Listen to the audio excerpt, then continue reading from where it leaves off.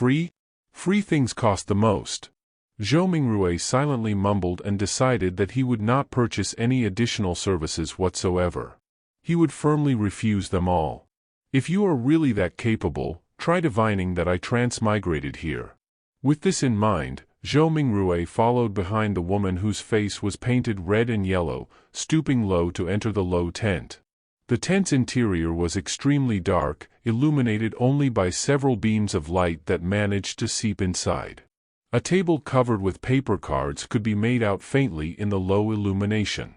The woman with the sharp pointy hat was not affected by this at all. Her long black dress glided as though it was moving over water while she went around to the table. She sat on the opposite side and lit a candle. The dim yellow light flickered, causing the inside of the tent to appear bright and dark at the same time. It instantly added a much more mysterious feel to the atmosphere. Zhou Mingrue sat down quietly, his gaze sweeping over the tarot cards on the table where he discovered familiar cards like the Magician, the Emperor, the Hanged Man, and Temperance, etc. Could Roselle have been a senior? I wonder if he was also a fellow countryman of mine. Zhou Mingrue mumbled to himself subconsciously. Before he could finish looking at the opened cards on the table, the woman who claimed to have accurate divinations had already reached out her hands to gather all of the cards together. She stacked them into a deck and pushed it in front of him. "Shuffle the cards first and cut the deck," the circus fortune teller said in a muted voice. "Me? Shuffle?" Zhou Mingrue asked reflexively. The yellow and red paint on the fortune teller's face squirmed together as she revealed a slight smile, saying, "Of course, everyone's destiny can only be unraveled by themselves. I only serve as a reader of it." Zhou Mingrue immediately questioned her warily. "This reading does not require additional fees, right? As a keyboard folklorist, I've already seen too many of such tricks." The fortune teller was visibly taken aback before finally saying muffledly, "It's free." Zhou Mingrue, relieved, stuffed the revolver further back into his pocket. Thereafter, he calmly reached out his two hands to shuffle and cut the deck skillfully. "It's done." He placed the already shuffled tarot cards in the middle of the table. The fortune teller clasped the cards with both her hands and carefully looked at cards for a while. Then, she suddenly opened her mouth and said, "I'm sorry, I forgot to ask, but what would you like to ask about?" Back when he was wooing his first love, Zhou Mingrue had also done research on tarot cards. He asked unhesitatingly, "Past, present, and future." This was a type of divination as part of tarot card interpretation. 3 cards when opened sequentially symbolized one's past, present, and future.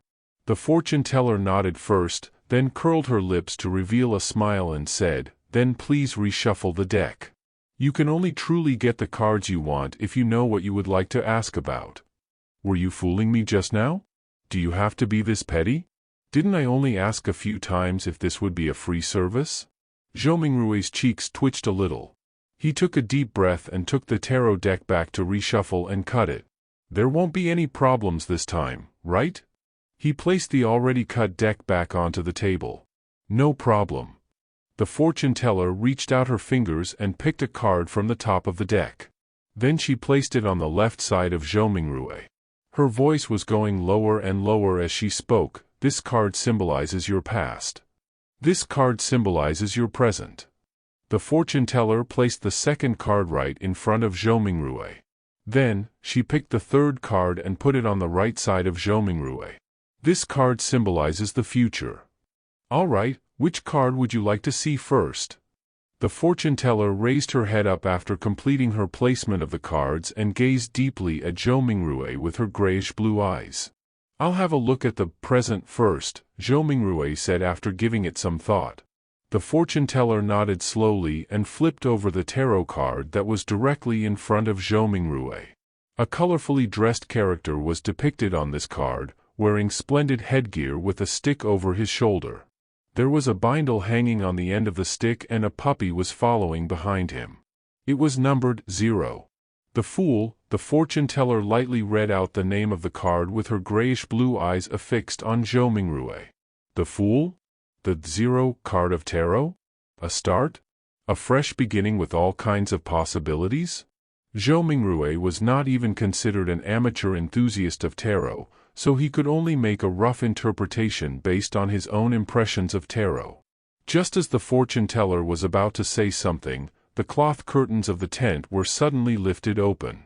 The ray of sunlight that shone in was so blinding that it caused the back-facing Zhou Mingrue to instinctively narrow his eyes. "Why are you impersonating me again? It's my job to handle the divination for people," a woman's voice growled angrily. "Return to your post quickly. You must remember that you're just an animal trainer." An animal trainer?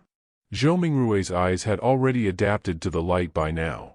He saw a similar-looking woman who was also wearing a sharp pointy hat in a black dress, with her face painted in red and yellow as well. The only difference was that she was taller and had a slimmer physique. The woman who was seated in front of him immediately stood up and said disgruntledly, "Don't mind this, it's just that I like doing this. But I have to say, my divination and interpretation can be really accurate sometimes. I'm serious." She spoke and lifted up her dress to go around from the side of the table before quickly trotting away from the tent. "Sir, would you like me to interpret your cards for you?" The real fortune teller looked at Zhou Mingrue and asked with a smile. Zhou Mingrue's lips twitched and asked her sincerely, "Is it free?" "No," the real fortune teller answered. "Then forget it." Zhou Mingrue pulled his hands back and put them into his pockets. He clutched his revolver and money before stooping again to exit the tent. Damn! He actually got an animal trainer to be his fortune teller? Was an animal trainer who didn't want to be a fortune teller not a good clown? Zhou Mingrue very quickly put this matter behind him. He spent 7 pence at the lettuce and meat market for a pound of not-so-great mutton. Then, he also bought some tender broad beans, cabbage, onions, potatoes, and other items. Together with the bread that he bought earlier, he spent a total of 25 copper pennies, which converted to 2 soldi and 1 pence. There is really not enough to go around for spending. Poor Benson. Not only had Zhou Mingrue spent the 2 notes that he had brought with him, but it was also necessary for him to top it up with the 1 penny he had in his pocket. He just sighed and did not think further about it as he hurried back home. With the staple food, he could now carry out the luck enhancement ritual. After the second-floor tenants gradually left, Zhou Mingrue was still in no hurry to carry out the ritual. Instead, he translated the immortal Lord of Heaven and Earth for blessings and related phrases into the ancient Fasak language, as well as the Lone language. He was intending to try the ritual again the next day in those local languages if the original incantation did not take effect. After all, he had to take into consideration the differences between the 2 worlds. In Rome, do as the Romans do. As for translating it into an ancient ritual prayer that used the dedicated Hermes language, Zhou Mingrue had a difficult time completing it due to his lack of vocabulary. After readying everything, he finally took out the 4 loaves of rye bread. He placed one in the corner where the coal stove was originally, one at the bottom inner side of the dress mirror, one at the top of the cupboard where 2 walls met, and one at the right side of the study table where miscellaneous items were kept. With a deep breath, Zhou Mingrue came to the center of the room and spent a few minutes to calm himself. Then, he took a solemn step forward and went in a counterclockwise direction in the shape of a square. When he took the first step, he chanted in a low whisper, "The immortal Lord of Heaven and Earth for blessings." The second step, he sincerely chanted, "The Sky Lord of Heaven and Earth for blessings." The third step, Zhou Mingrue breathed out a whisper, "The exalted the arch of heaven and earth for blessings." At the fourth step, he spat out a foul breath and meditated in concentration. "The celestial worthy of heaven and earth for blessings." When he returned back to the original spot, Zhou Mingrue closed his eyes and waited in his place for an outcome. He had some anticipation in him, some unease, some hope, and some fear. Could he make it back? Was there going to be any effect? Could there be some unexpected situation? The darkness in front of him was tainted with the crimson light of hope. Zhou Mingrue's thoughts were swirling in his head and he was finding it difficult to quell it. It was at this time that he suddenly felt the surrounding air seem to stop, becoming thick and mysterious. Immediately after, a low whisper could be heard beside his ears that sounded at times real, at times sharp, at times imaginary, at times alluring, at times maniacal, and at times crazy. He clearly did not understand the murmuring that went on, but Zhou Mingrue still couldn't help himself from wanting to listen to it and distinguish what it was saying. His head was in pain again. It was so painful that it felt like someone had stuck a steel drill rod into it. Zhou Mingrue only felt like his head was going to explode. His thoughts were filled with psychedelic colors. He knew that something was wrong and tried to open his eyes. However, he wasn't even able to complete such a simple action. His entire body was getting tighter and tighter, and it felt like he could just break apart at any time. At this time, a self-mocking thought came up in Zhou Mingrue's mind. If you wouldn't die if you didn't court death? He could no longer bear it. Just as his mind was going to break, the murmuring of voices faded away and his surroundings became very quiet. The mood was an erratic one. It was not only the mood, Zhou Mingrue felt his own body going through the same sensations as well. He tried once more to open his eyes, an extremely easy task this time. A gray fog appeared over his eyes, haziness, vague, and endless. What's with this situation? Zhou Mingrue suddenly looked around him and then lowered his head down to discover that he was floating at the edge of an endless fog. The fog was flowing like water and was dotted with a lot of crimson stars. Some of them were enormous while others were tiny. There was a sense of them being hidden in the deep depths, while others floated over the surface of this water-like fog. Looking at the seemingly holographic sight, Zhou Mingrue reached out his right hand in a half-confused, half-exploring manner to try to touch the crimson star that was seemingly floating on the surface. He was trying to find a way to leave this place. When his hand touched the surface of that star, a watermark suddenly appeared from within his body and agitated the stars into a crimson burst. It looked like a dreamlike burning of flames. Zhou Mingrue got a fright from it.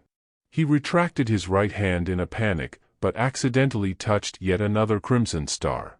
As a result, this star burst with splendid light as well. In turn, Zhou Mingrue felt his mind empty and his spirit dissipated. In the Lone Kingdom's capital, Backland. Inside a luxurious-looking villa at the royal district. Audrey Hall sat in front of a dresser. The markings on it were antiquated and there was a cracked bronze mirror on the surface. Mirror, mirror, awaken.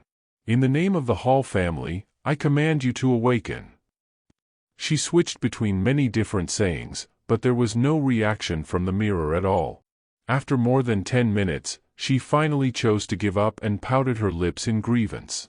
She said in a soft murmur, "Father was indeed lying to me.